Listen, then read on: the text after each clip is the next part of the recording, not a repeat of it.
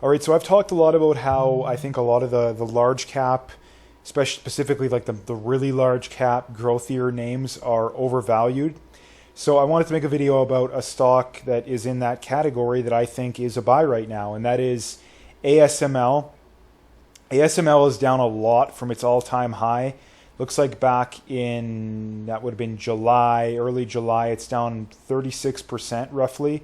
But it's basically flat on the year, right? If we go back year to date, or basically exactly 1 year, this is starting in 2024, going to the end of 2024. It is down. It's down less than 0.5%. So it's flat going back a year, and that's not the end of the world, right? The semiconductor industry is fairly cyclical. It's volatile. But when you look at ASML, the main thing that draws me to ASML, number one, is it's performed well historically, and number two, it does have a strong moat in that the chips that they produce, they are the only company that produces them. So let's get right into it here. 270 billion euro company, so they're in that mega cap. I'm not sure what the official cutoff is for large cap and mega cap, but I would guess they're in there. Profitability, they are very good. Those numbers are coming down, but they are still very good.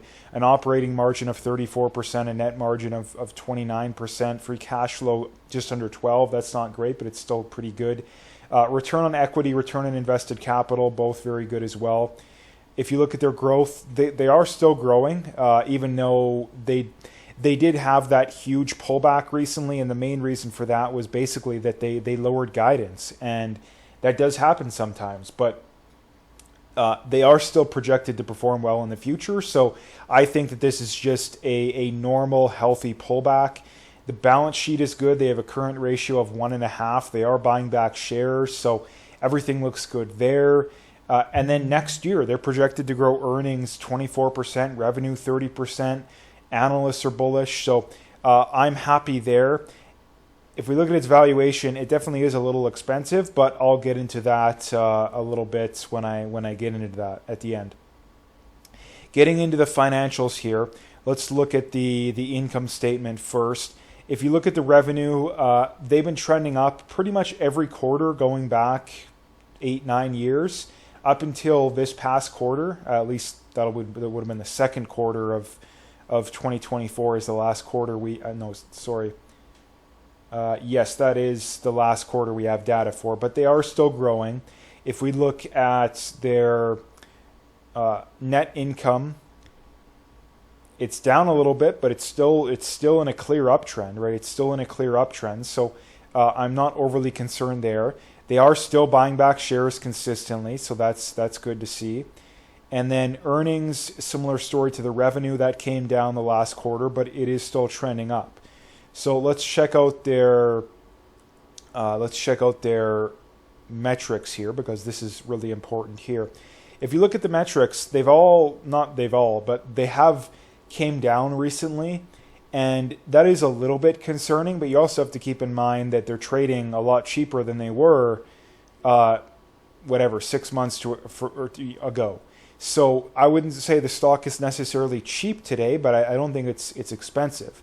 Free cash flow margin has came down a lot, but it is still not exactly to the point to where they're shrinking, at least their long-term outlook. Return on equity, return on invested capital, those are both very strong. They have came down, but they are both above their historical averages, so that's still okay. Free cash flow per share has came down a lot, but they are still basically above 2020 levels. 2021, 2022, they did really good. 23, they started to come down, and in 24, they've came down even more. So the stock hit an all-time high, like back in here, and that was after a long downtrend. So I'm not overly concerned about that. I think that the stock definitely was way too expensive back when it was like $1,000 a share. Now, if we look at the dividend briefly here, the dividend is just below a dollar, not a dollar, 1%. At €6. But they've been growing it really good. They've been growing it, but 22, 25% over the long term. The payout ratio is at 33%. So I really don't think they're going to be able to maintain growing it over 20% per year. But even if they can get that to even if they could keep it above 15 or so, I would be happy with that. It really all depends on their earnings, because if those earnings don't trend back up, well, then they're going to have a hard time. But given the fact that they've continued to grow the dividend even while the earnings came down, I'm still confident over the long run. Another important thing here is, if you go back about a decade here, this company is paying just under a 7% dividend if you'd have bought it a decade ago. So that is a testament to how important it is to make sure that when you have companies that are this good, you don't sell them early. You don't sell them. This is a long-term buy and hold.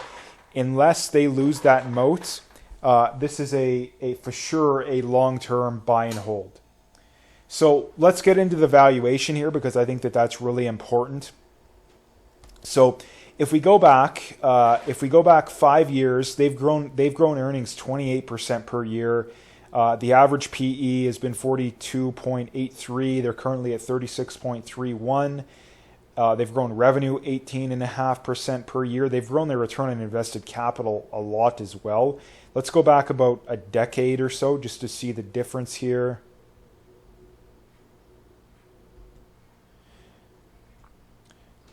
So if we go back about a decade, they've grown earnings 20% per year. Average PE 36.61.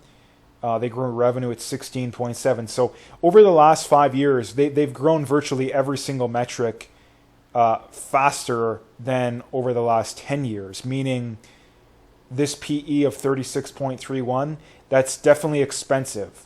But is it too expensive?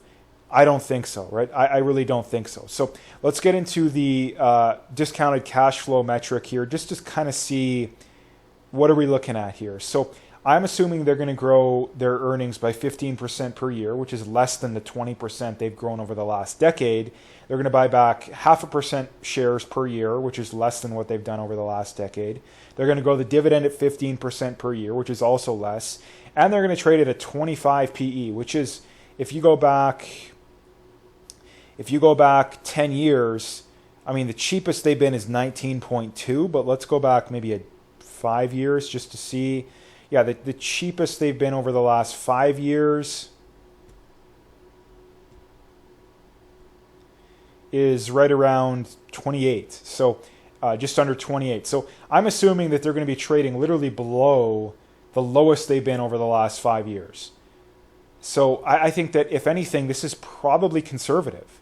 And that assumes that you grow at 12% per year, which is easily outperforming the market, at least historically. So this is why I'm saying that I'm currently buying this company. That implies fair value is 843. It's below 700 now. I definitely am buying it below 700 all day long.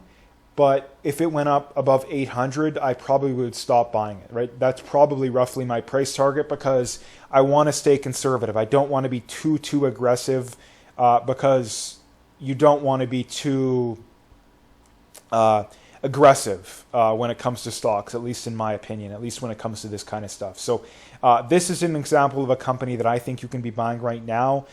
Like I mentioned, they have a very strong moat. Their earnings are projected to come down, but they're not projected to come down. They're not projected to go down 50% or something crazy like that. So I'm still happily a buyer of this stock. I'm a for sure buyer below 700, and I think you'd probably have to get to 750 to 800, maybe even a little bit higher, depending on their earnings, before you hit that fair value. So anyway, like I mentioned at the start, if you liked the video, please like, subscribe, comment, all that good